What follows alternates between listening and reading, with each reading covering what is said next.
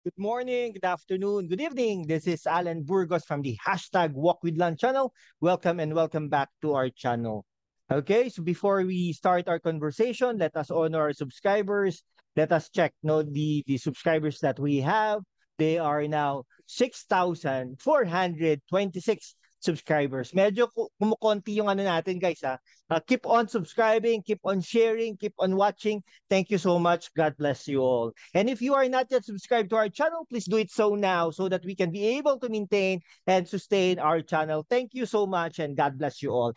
Alright, so ano po natin, ang pag-usapan po natin ay meron po tayong nakita, no? Siyempre, ang mga politiko po ay pumoporma na po sila. Okay, kung tatakbo sila o hindi sila tatakbo, syempre yung mga dating senador po, usually nangangati po yan na tumakbo sila, no? Kesyo pwede silang maglingkod sa bayan, no? Kung hindi pa nila tapos ang kanilang mga serbisyo publiko, etc. No? Yung mga ganyan po, may mga politiko po tayo na nag-i-issue ng mga press releases, nagpapa-interview, nagko-comment sa mga national issues, especially if they will be running in a national position. Pero kung local naman, doon sila nagko-comment, doon sila nagkikritik, doon sila nagkikriticize ng mga plataforma o mga ginagawa ng kanilang mga local executives. Ganun po 'yon, no? So mahalata mo talaga kung tatakbo ang isang kandidato o hindi. Okay? Ngayon, okay, si Kiko Pangilinan po, yan, si Kiko Pangilinan po, no, si Francis Pangilinan, dati pong senador yan, I believe dati rin po naging minority floor leader, naging majority floor leader, marami pong committees na napagsilbihan yan, naging konsehal pa yan ng Quezon City, tsaka tumakbo po yan bilang Vice President, no? Sa hanay ni dating Vice President Leni Robredo, ngunit natalo po yan last election. Okay? Yan, medyo inuubo po tayo. Okay. Yun po yun po yung ano niya, no? Yun po yung kanyang parang track record. Ayun po, marami na rin pong batas na inaipasa yan. Abogado po yan si Kiko Pangilinan. Bagay na bagay din po yan sa Senado. Okay? Pero ito po matindi, no? Asawa po yan ni Sharon Cuneta. Okay? In the past po, aminado din naman po siya, in the past, talaga namang si Sharon, may Sharon magic, kumbaga, no? Si Sharon Cuneta ay isa sa mga dahilan upang nanalo siya. Sinabi kong isa sa mga dahilan dahil may mga nagagawa naman ito, no? Isa sa mga dahilan dahil may mga batas naman tong naipapasa. Kung mapapansin mo, articulate naman siya sa mga issues ng bayan. Okay? Yan. But recently, kasi po ano to member po to ng liberal, no? Dati pong vice president po to ng national ng, if I'm not mistaken ng Liberal Party, no? Considered Pinklawan or Dilawan or opposition in the past, no? Pero recently, meron po siyang statement na parang nakapag-turn off sa mga Pinklawan, sa mga Dilawan, no? Kasi sabi nila, may mga nagsabi na, uy, tama kami, tanga kayo. Ganon. Sana mali kami, sana tama kayo, tanga kayo. Para ganon, may mga ganon na memes na napatama sa mga supporters ng DDS at supporter ng mga BBM. Something like that, no? Okay, so biglang sabi niya ay hindi tama to. Ganun po talaga dapat no? Hindi ibig sabihin tama kayo, mali na kami. Ganon. O tama kami, mali na kayo. Hindi po dapat ganon. May kanya-kanya po tayong opinion, may kanya-kanya po tayong insights, no?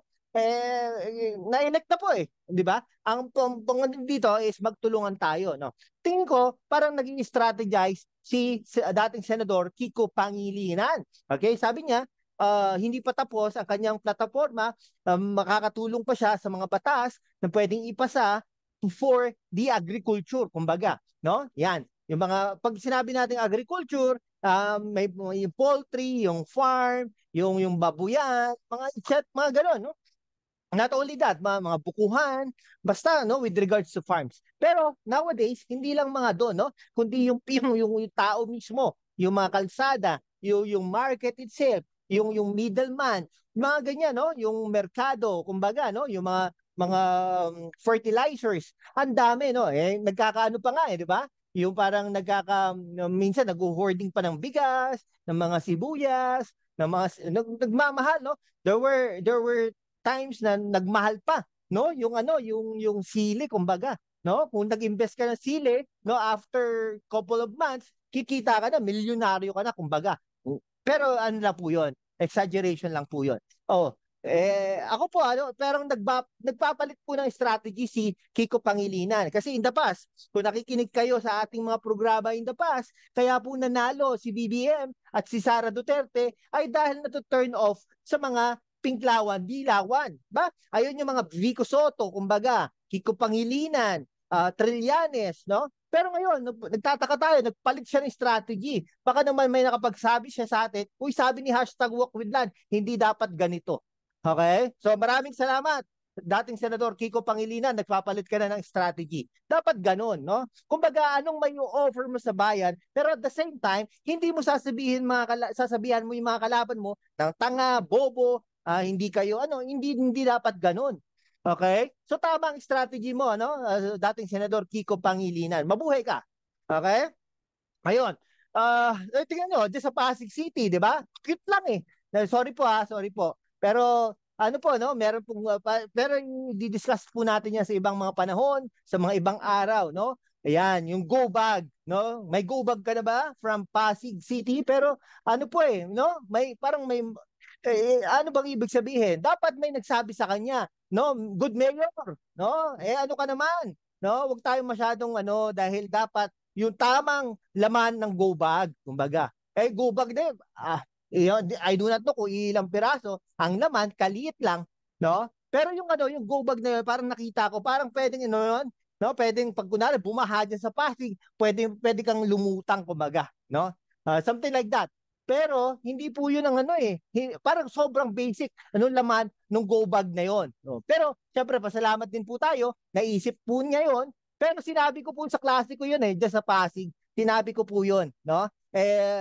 Ano 'yan yung parang yung mga balik-aral program nila, no? Sinabi natin 'yun. Baka may nakapagsabi kay Mayor na, uy, sabi ni #WalkWithLand, mag-go bag tayo. Joke lang, hindi ko po alam kung 'yun po 'yun. Pero idea na po natin yan, matagal na panahon na, no? So kung nakikinig po kayo sa ating programa, nanawagan na din po tayo na dapat may ganun. Pero dapat tamang laman. Magkano po ba 'yon, 'di ba?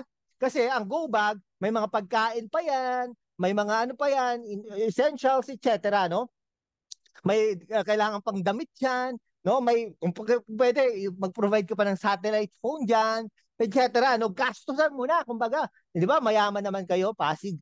Sige, anyhow, ano lang po 'yon, parang nilihis lang natin, no, kumbaga. Dahil ito po, nagpapalit na ng strategy, no, ang mga pinklawan, no, na mga leaders nila, no. Si Lenny Robredo, tignan nyo, hindi nga nagsasalita 'Di ba? Hindi nga nagsasalita masyado. Busy sa panonood ng sine, pag-travel, no, pag-aaral, no, naiimbitahan siya mag-talk, mag-speak, etc. Paggawa ng libro, ganun po 'yon, no? O ito, si naman, si Trillanes, no? Yan, nagko-comment siya, no? Something like that. Pero na siya, very cooperative siya sa gobyerno ng Pilipinas, no? Kasi inaasahan niya baka siya ang endorso sa Caloocan City ni Pangulong Marcos.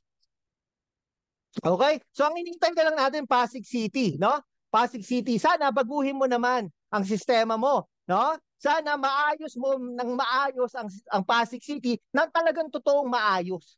Okay? Hindi lang tayo nagpapakyut. Kumbaga, no? Hindi dahil for sure naman mananalo ka mayor. For sure 'yan.